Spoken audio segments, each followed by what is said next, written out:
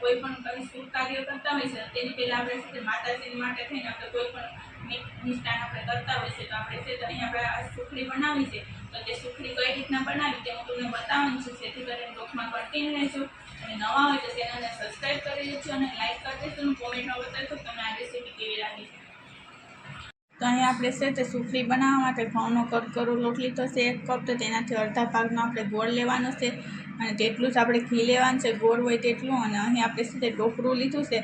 અને છે તે આપણે ડ્રાયફ્રૂટ લીધા છે તો હવે છે પહેલાં આપણે છે તે ગરમ થવા મૂકી દઈશું કડાઈમાં આપણે ઘીને તો હવે પહેલાં આપણે ઘી નાખી દઈશું આ રીતના ઘીને ગરમ થવા દઈએ પહેલાં તો ગેસને આપણે સ્લો નથી રાખવાનો આપણે હાઈ રાખીને થવા દઈશું ગરમ આ રીતના હવે આપણે તેની અંદર છે તો આપણે ગોળ નાખવાનો છે જે માપ કરીને લીધેલો છે તે જ આપણે નાખી દઈશું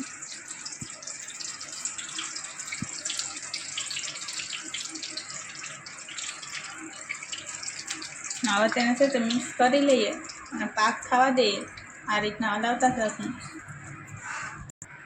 ગોળ છે તે બરી ન થાય એટલા માટે થઈને સખત હલાવતું રહેવું અને તેને કેવો પાક થવા દેવો સુખડી માટે તે હું તમને બતાવવાની છું તો અહીં તમે જોઈ શકો છો કે આપણે ગોળ છે તે એકદમ છે તે પાકી ગયો છે આ રીતનો થઈ ગયો છે એકદમ આપણે કરીએ છીએ તો તેની અંદર આપણે છે તે નાખવાનું છે તે છે તે આપણે દૂધ લીધું છે 1 ચમચી જેટલું લીધું છે તો તે પણ આપણે નાખી દઈએ આ રીતે હવે તેને આપણે મિક્સ કરી લઈશું ને હલાવતા રહીએ થોડી વાર માટે પછી આપણે તેની અંદર આપણે લોટને નાખવાનો છે એમ કે આ આપણે છે તે કંઈ મોટો પ્રસંગ કરતા હોય છે ત્યારે પણ છે તે કોઈ પણ શુભ કાર્યમાં છે તે માતાજીની સુખડી કે બનાવતી હોય છે તો ત્યારે આ રીતના પણ સુખડી બનાવો તો ચાલે હવે છે એમ જોઈ શકો છો કે આ રીતનું થઈ ગયું છે તો હવે તેની અંદર આપણે છે તે નાખી દઈશું આપણે કરકરો લોટ આપણે લીધો છે માપ પ્રમાણે તે આખો ઘઉંનો હવે તેને મિક્સ કરી દઈએ ગેસને આપણે સ્લો કરી દઈશું પહેલાં હવે તેને મિક્સ કરતું રહેવાનું છે તો અહીં તમે જોઈ શકો છો કે આપણે લોટ નાખીને સારી રીતના આપણે મિક્સ કરી નાખ્યું છે તો થોડી વાર માટે એને સળવા દેશું આપણે તો અહીં તમે જોઈ શકો છો કે આપણે છે તે આ રીતના સુખડી પાકી ગઈ છે તો તેને આપણે નીચે ઉતારી લઈશું ગેસને ઓફ કરીને અને નીચે ઉતારી લઈએ હવે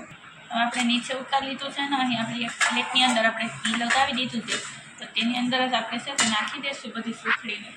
આ રીતે હવે તેને એક ખેતી કરી નાખીશું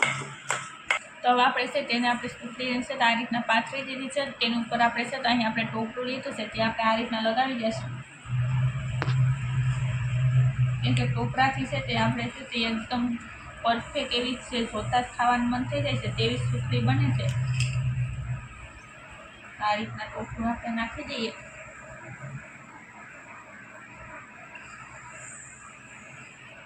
તેને આપણે છે તો આ રીતના આપણે દબાવી દઈશું એટલે છે તો ઉખડી ન શકે એનો અંદર ને અંદર બેસી જાય ગરમ હોય ત્યારે જ લગાવવી હવે તેની ઉપર છે તો અહીં આપણે ડ્રાય ફ્રૂટ લીધા છે તે પણ આ રીતના આપણે લગાવી દઈશું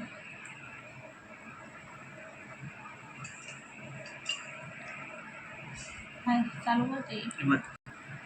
અહીં તમે જોઈ શકો છો કે આપણે આ રીતના આપણે ડ્રાય ફ્રૂટ લગાવી દઈએ પછી જ આપણે છે તેને કટ કરશું પણ ઠંડુ થવા દેવું પડશે થોડી વાર માટે થઈને અને આ સુખડી છે તો આપણે 5 મિનિટમાં બની જાય છે કેમ કે આ સુખડી બનવામાં કંઈ વારી નથી લાગતી અને જેને છે તે કોઈ પણ વસ્તુ નહીં ખાતા હોય તે પણ છે તે આ રીતની સુખડી તમે બનાવશો તો ચોક્કસ ખાશે કેમ કે મિષ્ટાન ન ભાવતું હોય તે પણ ખાઈ લેશે આ રીતના તમે જોઈ શકો છો કેવી સરસ મજાની સુખડી બની ગઈ છે તો હવે છે તેને આપણે શરીર મદદથી છે તેને આપણે આકા પાડી લઈશું કઈ રીતના આકા પાડવા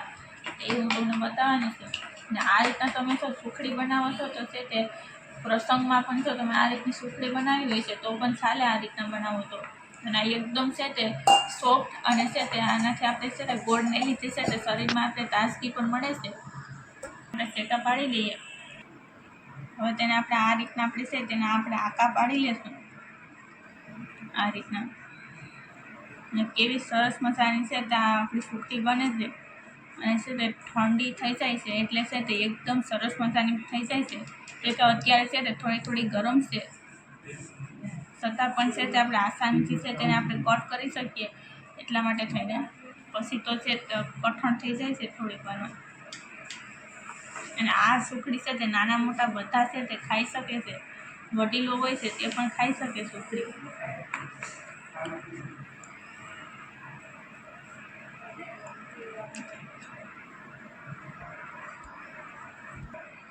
તો અહીં તમે જોઈ શકો છો કે આપણે છે તે આ રીતના આપણે ક્રોસ આપણે શેકા પાડેલા છે. અને તમે છે તેની સાઇઝ છે તે નાની મોટી સાઇઝની પણ કરી શકો છો. અહીં તમે જોઈ શકો છો કે આપણી સુખડી છે તે બનીને રેડી થઈ ગઈ છે, કેવી સરસ મજાની બની ગઈ છે. તો તેને આપણે છે તો અંદરથી પણ હું તમને કટ કરીને બતાવું છું કે કેવી બની છે તે. કેમ કે હજી થોડી ગરમ છે છતાં પણ છે તે આસાનીથી છે તે બહાર નીકળી જાય છે આ રીતના. તમે જોઈ શકો છો કેવી અંદરથી પણ બને છે કે જોતાં જ આપણે છે તે ખાવાનું મન થઈ જાય ઘીમાં પસપસતી. અને આમે છે તે એકદમ ટેસ્ટી એવી જ બને છે. તો તમે પણ ચોક્કસ બનાવજો. અને નવા હોય તો ચેનલને સબસ્ક્રાઈબ કરી દેજો, લાઇક કરી દેજો, શેર કરી દેજો, કોમેન્ટમાં બતાવજો તમને આ રેસીપી કેવી લાગી છે તે.